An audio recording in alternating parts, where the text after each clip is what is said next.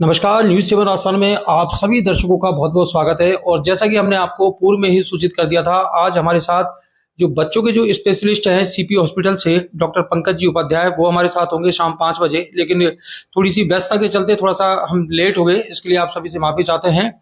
और सबसे पहले डॉक्टर साहब, आपका न्यूज़ 7 राजस्थान पर स्वागत है। और दर्शकों को अ, जैसा कि इस समय एक मौसमी बीमारियों का जो सीजन है वो भी चल रहा है, तो किस तरीके से जो बच्चे हैं उनको लेकर लोग जो है केयरफुली रहें, किस तरीके से अपने जो बच्चे हैं उनकी देखभाल करें, इस संदर्भ में पहले बताएं।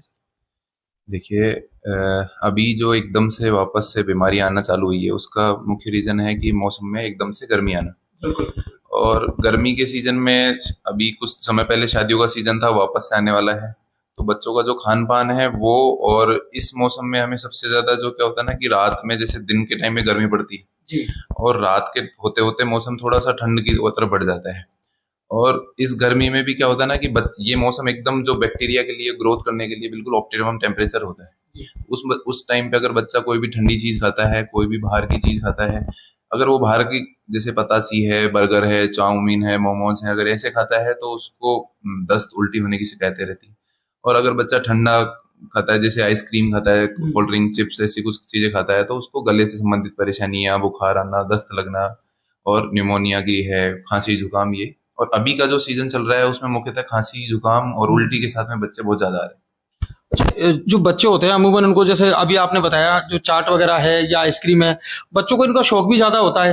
तो गार्जियन की भी जब जो मजबूरी हो जाती है कि बच्चे जब डिमांड करते हैं, जिद करते हैं, तो उनको वो उनकी जो डिमांड है वो पूरी भी करनी होती है। तो इस स्थिति में क्या किया जाए, कब उनको जो है कौन सा ऐसा टाइम रहता है जिसमें अगर उनको दे तो इससे थोड़ा बचा जा सके। देखिए क्या है कि बच्चों की डिमांड चार्ट है और उसको हम एक हेल्दी चार्ट में कन्वर्ट करके हम घर पे ही उसको पूरी कर सकते हैं। जैसे बच्चे अब बाहर जो भी जो वेंडर्स हैं, जो वो घी, तेल और मसाले जो यूज लेते हैं वो काफी निम्न स्तर के होते हैं। जो हमने समाचार पत्रों के माध्यम से और आपके चैनल के माध्यम से भी देखा गया है कि उनकी उच्च गुणवत्ता गुणवत्ता और क्वालिटी उनमें हाँ, मिलावटी होता है। तो वो मुख्य कारण बनता है एक तरीके से बीमार होने का।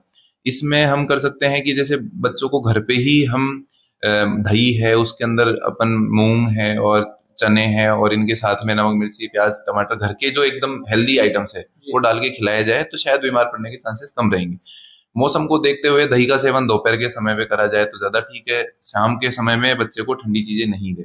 अभी मौसम आया है तो इसमें ये मौसम है कि बच्चे ठंडे पानी की डिमांड करते हैं, तो उनको मटके का पानी पिलाएं, ना कि फ्रिज का, क्योंकि फ्रिज का बहुत ज्यादा टेम्परेचर हो जाता है और वो ही फिर गर्म और ठंडे का होके और वो गले में उनको इन्फेक्शन देता है।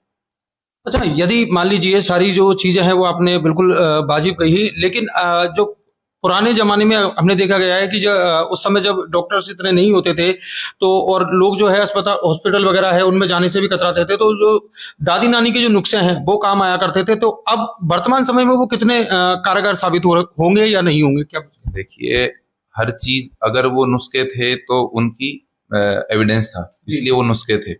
आज भी हम भी बच्चों को सलाह देते हैं कि भाई जैसे अगर मान लो खांसी जुकाम हो गई, नाक बंद हो गई, तो हम भी एडवाइस करते हैं कि बच्चे को लहसुन की पोटली और आसपास रखें। उनका रीजन है क्योंकि हमारा जो देश है और हमारी जो सनातन संस्कृति है उसमें हर चीज के ऊपर वो साइंटिफिक नॉलेज का काम करती है। जैसे लहसुन का बताया, तो लहसुन के अंदर एक टेट्रासाइक्लिन नाम का दवा होती है जो कि उसमें एंटीवायरल और एंटीबैक्टीरियल प्रॉपर्टी होती है। तो उसकी सुगंध से भी वो, क्योंकि ड्रग्स की रूट भी होती है इनहेलेशन, अपन भाप लेते हैं तो वो सूंघना ही तो है, तो वो दवा भी सूंघ के पहुंचती है, तो वो अपने आप में उसके एंटीवायरल प्रॉपर्टी से एंटीवायरल एक्शन करती है, बैक्टीरियल करती है, तो दादी नुस्खे के भी काम करते हैं। हनी है, तुलसी का रस है, अदरक का रस है, ये खांसी में काफी मतलब आराम देता है बच्चे को। और यही रेमेडी होती है जो लहसुन की स्मेल है, इससे बच्चे की नाक खुली हुई रहती है। तो जब बच्चे दवा नहीं ले पाते तो उन कंडीशन में हम छोटे मोटे उपाय करके बच्चों की थोड़ा सा उनकी परेशानियों को कम कर सकते हैं। अच्छा, जैसे कि अब एकदम से मौसम में बदलाव आया है और दिन में जो है बहुत तेज धूप हो रही है, गर्मी भी रहती है, तो और रात के समय भी गर्मी बढ़ने लगी है। लेकिन बड़ों को गर्मी तेज लगती है, इसमें कोई दोहरा नहीं है, लेकिन बच्चों, अब उस स्थिति में लोग अब जो कूलर है, पंखे हैं, एसी है, इनका इस्तेमाल करना शुरू कर देंगे। कुछ कर भी चुके हैं, कुछ कर देंगे।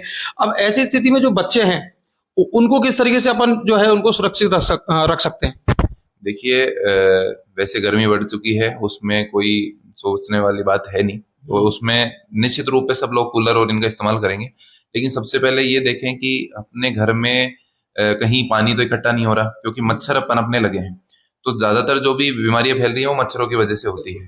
तो एक तो मच्छर का, दूसरा जब भी हम, जैसे अगर घरों में कूलर है तो हम उसको मिडनाइट तक चला के उसको बंद कर दें, ताकि वो सुबह तक होते होते वो बहुत ज्यादा कमरे को ठंडा नहीं करे। उसके बाद आप फैन का यूज कर सकते हैं। मच्छर कमरे में नहीं रहे उसके लिए पहले से ही अपन मच्छर मारने की जो भी दवाएं आती हैं, जो भी ऑल आउट और ये आते हैं, वो यूज कर सकते हैं। थोड़ी देर कमरे को बंद करके उसको यूज कर ले, फिर उसको बंद करते हैं सोते टाइम। दूसरी बात, जो एसी जो यूज करते हैं उनसे मेरी एक ही रिक्वेस्ट है कि अभी का जो टेम्परेचर है आप एसी को 30 पे रखिए, है ना, और उतने पे ही उसका टेम्परेचर, मतलब उसका इतना टेम्परेचर रखिए कि ना आपको गर्मी लगे ना बहुत ज्यादा सर्दी लगे, ताकि आप वो वाली कंडीशन में नहीं आए कि आप सुबह एकदम बिल्कुल बच्चा चिल्ड हो रहा है, बच्चा आप तो ओढ़ के सो रहे हैं, बच्चे ने तो मान लो कंबल हटा दिया तो वो ठंड लग के उसको बीमार पड़ने की संभावना रहेगी। और दिन में काफी ज्यादा पानी पिए, ताकि आपको डिहाइड्रेशन और उल्टी दस्त, अगर मान लो ज्यादा गर्मी की वजह से जो दस्त और डायरिया और वोमिटिंग होती है वो नहीं हो। तो पानी खूब से पिए। स्कूल में बच्चों के साथ में ओआरएस का घोल भेज सकते हैं, सुबह नींबू पानी की शिकंजी भेज सकते हैं। अच्छा, मान लीजिए जो बच्चा है, अगर मान लीजिए वो उसकी तबीयत खराब हो जाती है, तो प्राथमिक लेवल पर घर पर अपन क्या उपचार दे सकते हैं? जैसे मान लीजिए किसी की रात में तबीयत अचानक से खराब हो गई, डॉक्टरों की सुविधा हमें उपलब्ध नहीं हो पा रही है, या ग्रामीण क्षेत्र में जहाँ पर लोग रहते हैं वहाँ ये चिकित्सा सुविधा तुरंत रूप से प्रभावी नहीं मिल पाती है, तो ऐसी स्थिति में प्राथमिक लेवल पर क्या हम बच्चों को ट्रीटमेंट दे सकते हैं जिससे कि उनको राहत मिल सके? देखिए, कुछ दवाइयां हैं जो हर घर पे अवेलेबल होनी चाहिए, जिसमें से पैरासीटामोल है, उल्टी की दवा है ओंडासिट्रोन है, ओआरएस का पाउडर है, और मेनली ये दवाइयां हैं जुकाम की है। बाकी बुखार की सबसे पैरासीटामोल एक कॉमनेस्ट दवा है जो सब जगह मिल जाती है। और आजकल इतनी एजुकेशन सब जगह होगी कि वो जीवन में एक न एक बार डॉक्टर के कांटेक्ट में आया हुआ रहता है। तो पहले जब वो कांटेक्ट में आया हुआ होता है तो उसे ये पता होना चाहिए कि मेरे को मेरे बच्चे को कितनी दवा देनी है। अगर इमरजेंसी रहती है तो वो दवा हमेशा उसके पास रहनी चाहिए। जैसे ही रात में, दिन में होगा तो वो दिखाई लेगा, और अगर रात में अगर ऐसी बात है तो कम से कम प्राइमरी तौर पे उसको पैरासीटामोल तो उस बच्चे को दे दे, उसका बुखार कंट्रोल कर ले।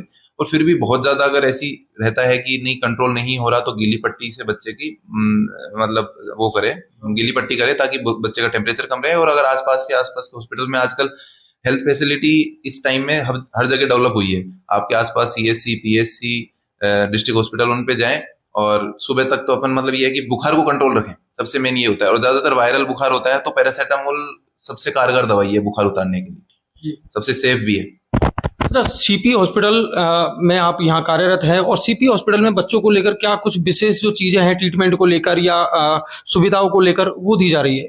देखिए, हमने पिछले जो साल रहा है उसमें सबसे ज्यादा चिरंजीवी में जो अपने सवाई माधोपुर जिले में जो काम हुआ है वो हमारे हॉस्पिटल में हुआ है। और सभी तरीके के कैशलेस सेवाएं अपने पास उपलब्ध हैं। उसी के साथ में सुविधाओं में जो एक जयपुर लेवल पे पहले हुआ करता था कि वेंटिलेटर और जैसी चीजें, वो आज अपने सीबी हॉस्पिटल में सीपैप, वेंटिलेटर, फोटोथेरेपी, सभी प्रकार के वैक्सीन। ये और भी सबसे बड़ी खास बात है कि जितने भी तरीके के वैक्सीन होते हैं जो गवर्नमेंट में लग रहे हैं, नहीं लग रहे, सब तरीके के वैक्सीन अपने पास अवेलेबल हैं, जो मात्र पहले जयपुर में उपलब्ध हुआ करते थे। हर MRI, CT scan, blood bank, सारी सुविधाएं, जितनी भी इन्वेस्टिगेशन मैक्सिमम सब अपने पास में होती हैं। कुछ मात्र 1% अगर अपन छोड़ दी जाए तो सारी मतलब मेडिकल फैसिलिटी यहाँ पर हर तरीके से अवेलेबल है। टर्सरी लेवल का सेंटर है जिसमें अपन को रेफरल की बहुत कम आवश्यकता पड़ती है, जब वो मरीज खुद चाहता है या फिर कोई ऐसा होता है कि भाई सर्जिकल नीड है और वो यहाँ नहीं हो सकती। सुपर स्पेशलिटी कंडीशन में ही हमें रेफरल की आवश्यकता पड़ती है। बाकी जो गवर्नमेंट से रेफर होके आते हैं, जयपुर के लिए रेफर होते हैं, वो भी हम यहाँ उनका उपचार हुआ है।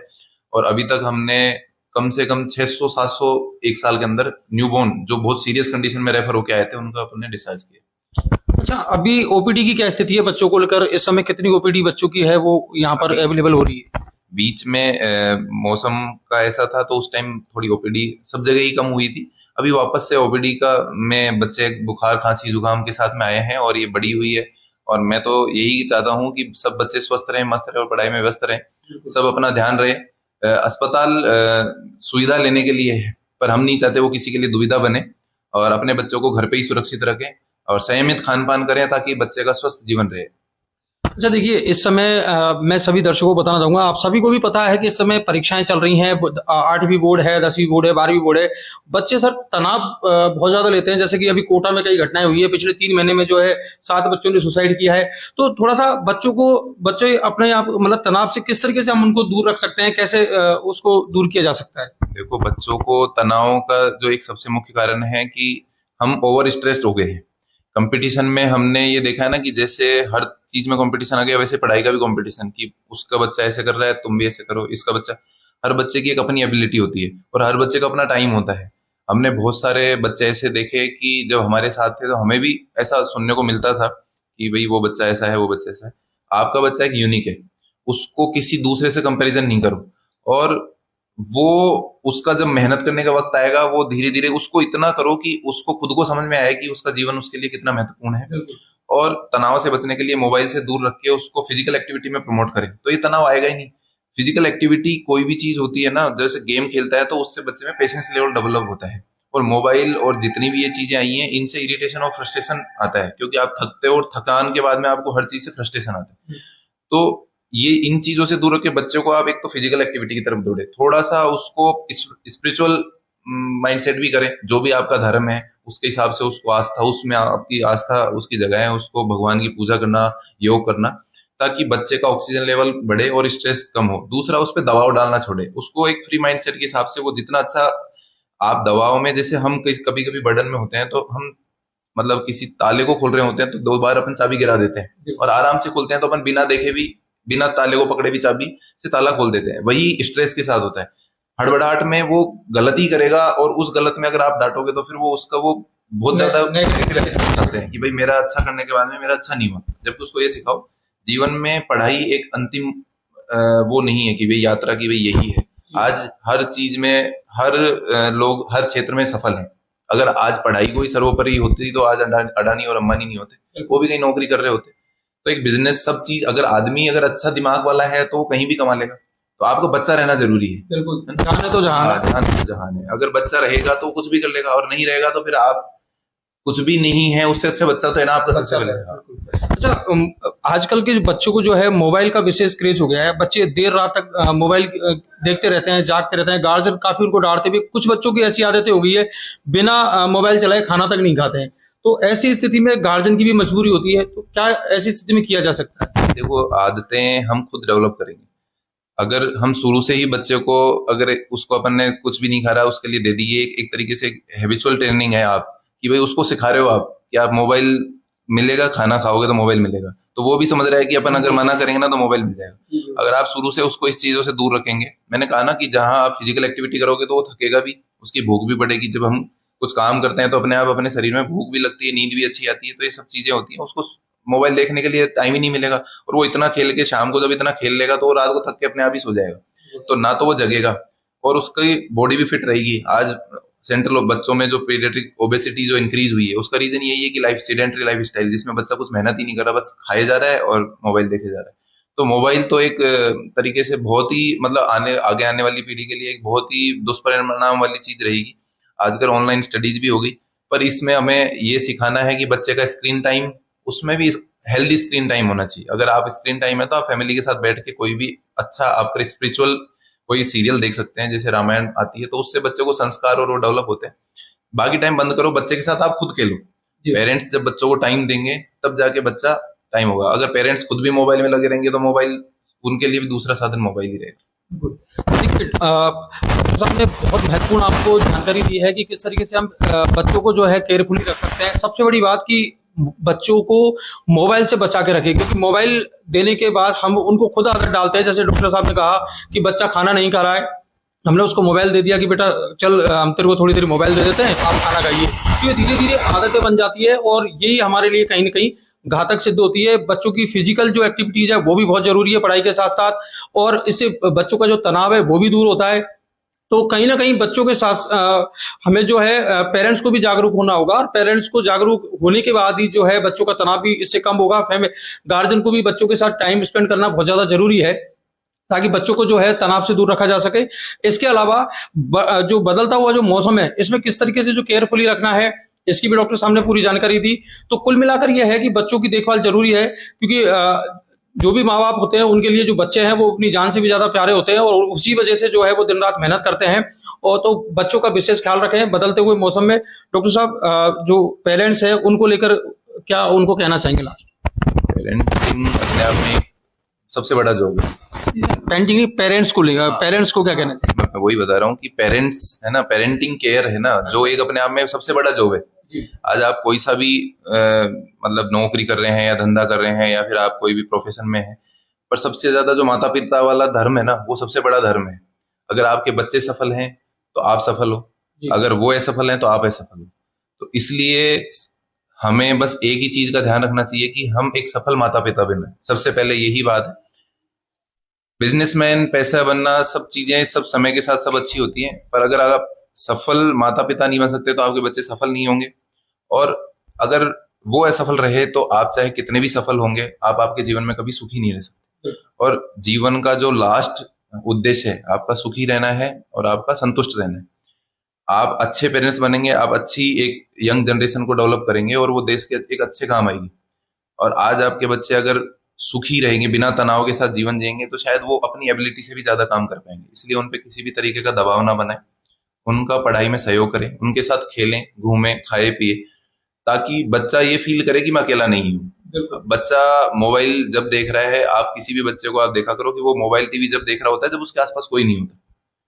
जब अगर उसके माता पिता उसके साथ खेल रहे होते हैं तो शायद वो जिद नहीं करता है ना। अगर उसको घुमा रहे हो, आप खिला रहे हो, कहीं भी कुछ भी कर रहे हो, तो वो मोबाइल नहीं करेगा। वो जब करेगा जब वो अकेला है, उसके साथ कोई खेलने वाला नहीं। तो मैं तो यही चाहता हूँ कि सभी माता पिता अपने बच्चों के साथ समय बिताएं, उनके साथ में टाइम स्पेंड करें।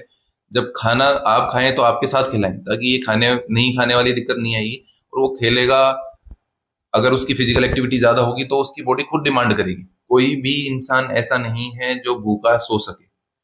ये आज जो होता है ना कि बच्चा खा नहीं रहा, उसका रीजन क्या है कि हम उसको जबरदस्ती, उसको जरूरत नहीं है, अपन उसको दिए जा रहे हैं और वो उसके शरीर में जाके फैट की तरह डिपॉजिट हो रहे हैं। जिसको और फिर अगर वो खिला रहे हैं तो उसके साथ में क्या चल रहा है कि अपन उनको चिप्स कुरकुरे खिला दे रहे हैं। अब किसी ने, आप खुद मान लो ऐसे सोचो कि आप कहीं बाजार जा रहे हो और आपने 10 रुपए की भी पानी पूरी खाई, आपको भूख लगती है क्या? जबकि वो कितना सा अमाउंट होता है। उसी तरीके से अगर बच्चा चिप्स खा लेगा तो उसको भूख क्यों लगेगी? तो वो क्यों खाएगा रोटी? तो उसको उन चीजों से बचा के आप हेल्दी एक डाइट बनाने एक प्लान बनाए, माता पिता उसमें सहयोग दें और हमेशा बच्चे की हेल्दी चीजों पे ध्यान दें, हेल्दी एनवायरनमेंट प्रोवाइड करवाएं बच्चों को। और बच्चों के आसपास के जो हैजार्ड्स हैं, जो भी एक सोशलाइजेशन है जो आजकल जो थोड़ा बढ़ता जा रहा है, जिसमें लोग फिल्म स्टार को फॉलो कर रहे हैं और उनके चक्कर में नशे की लत में पड़ रहे हैं, उससे भी बचाएं। क्योंकि ये भी एक अपने देश की एक मुख्य समस्या बनता जा रहा है। आज अपने गंगापुर के क्षेत्र के ही बहुत ही जवान लड़के भी नशों की लत में चपेट में हैं और उसमें से गुटखा, शराब, ये मुख्य है, सिगरेट, ये एक देखी दिखाई हुई परंपरा है जिसका हम शिकार हो रहे हैं। तो इनसे कृपया अपने बच्चों को सावधान रहें, सतर्क रहें और उनका हमेशा उनको साथ में अगर आप रहोगे तो वो इन चीजों में कभी पड़ेंगे नहीं और एक अच्छे बच्चे आपके तैयार होंगे और आप उन पे घरों की अनुभूति करेंगे। देखिए, कुल मिलाकर यह है कि जिंदगी की जद्दोजहद में से थोड़ा सा वक्त निकालें अपने बच्चों के लिए भी, अपने ननियालों के लिए भी, क्योंकि जिंदगी है इसी तरीके से चलती रहेगी। और सबसे बड़ी बात कि जीवन में सब बिजी हैं, लेकिन अपनी फैमिली के लिए वक्त जरूर निकालें, अपने बच्चों के लिए टाइम जरूर निकालें, ताकि बच्चे जो हैं वो सही दिशा में चलें, सुरक्षित रहें और स्वस्थ रहें। इसके लिए सबसे ज्यादा जरूरी है, जैसे कि डॉक्टर साहब ने कहा, कि उनके साथ बैठें, टाइम स्पेंड करें, खाना खाएं साथ में, जिससे कि वो गलत आदतों से बचे। दूसरी बात, फिजिकली रूप से और मेंटली रूप से स्ट्रांग भी बने। तो हमारे साथ सीपी हॉस्पिटल से पंकज जी उपाध्याय थे, जिन्होंने आपको महत्वपूर्ण जानकारी दी। न्यूज़ 7 आसान देखने के लिए धन्यवाद। आगे भी इसी तरीके की जो शख्सियत हैं उनसे आपकी मुलाकात करवाते रहेंगे। धन्यवाद। अब आपके शहर गंगापुर सिटी में चिकित्सा के क्षेत्र में नए आयाम, नए भव्य स्वरूप में आया है वर्धमान मल्टी स्पेशलिटी हॉस्पिटल, जिसमें सभी प्रकार की बीमारियों का एक ही छत के नीचे अत्याधुनिक तकनीक से चिकित्सा सुविधा उपलब्ध, जिनमें जनरल मेडिसिन, सर्जरी, गायनिक, शिशु रोग, हड्डी रोग, यूरोलॉजी, दंत रोग चिकित्सा सुविधा उपलब्ध, विशेषज्ञ डॉक्टर्स की टीम, अत्याधुनिक लैब व सभी प्रकार की जांच सुविधा उपलब्ध, सभी प्रकार की योजनाएं जैसे मुख्यमंत्री चिरंजीवी RGHS की सुविधा उपलब्ध। वर्धमान हॉस्पिटल का वादा हर व्यक्ति को निरोगी बनाना। आज ही संपर्क करें Vardhaman multi speciality hospital, Jaipur road, Gangapur city. Contact number 8302906531 और 329475